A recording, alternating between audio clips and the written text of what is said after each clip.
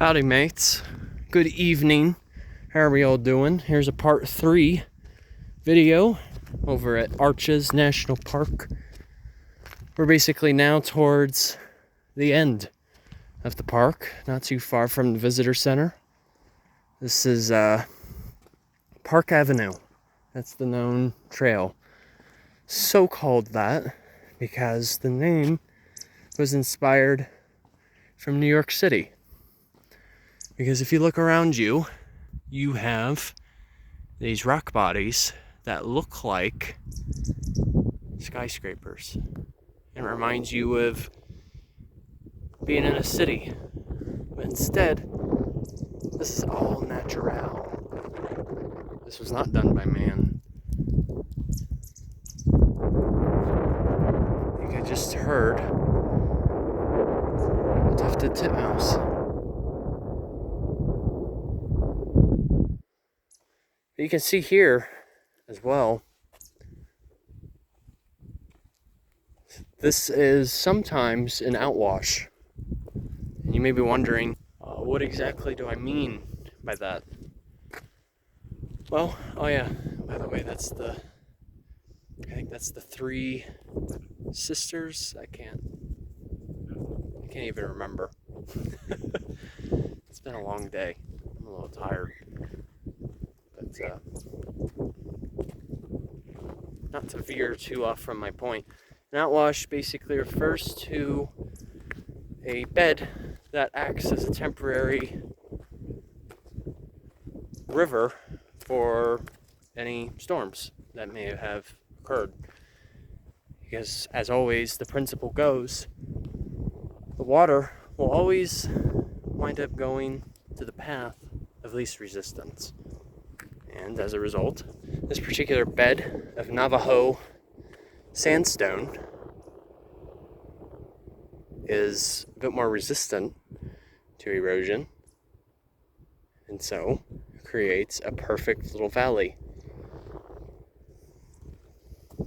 But my goodness, it's truly humbling, quite honestly. Wow. It's a lot to take in. Oh, we got a fence lizard right down there. Not sure how well you can see. Hi, buddy. How you doing? That's a common form of wildlife that you'll see out here. So that's what I mean.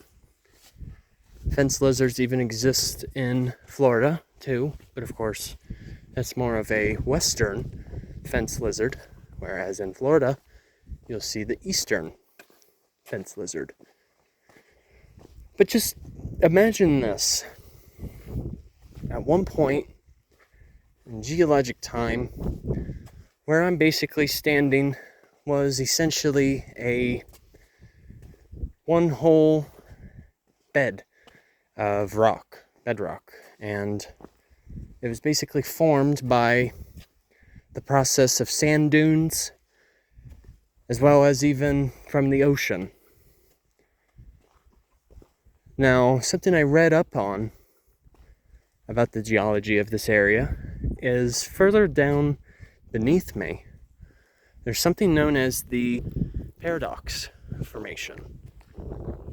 And that refers to a salt formation, which came from the Pennsylvanian period, which was even further back than the Jurassic period.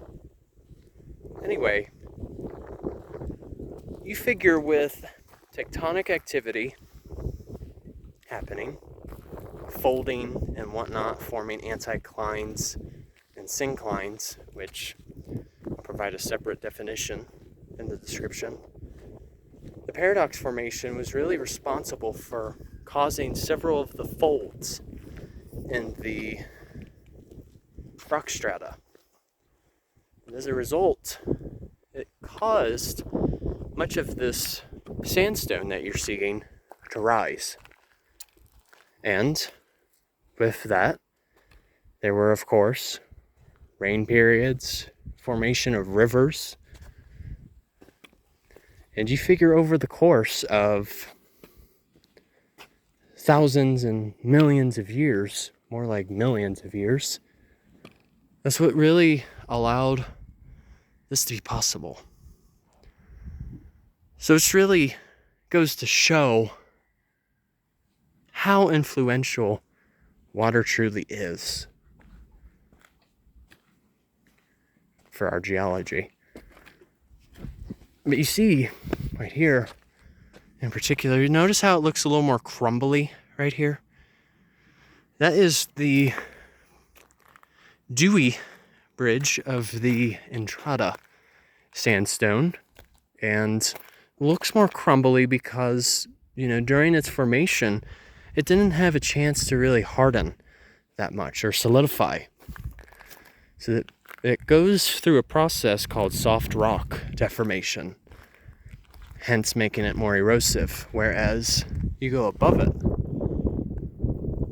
and you've got what's known. Oh, dang it.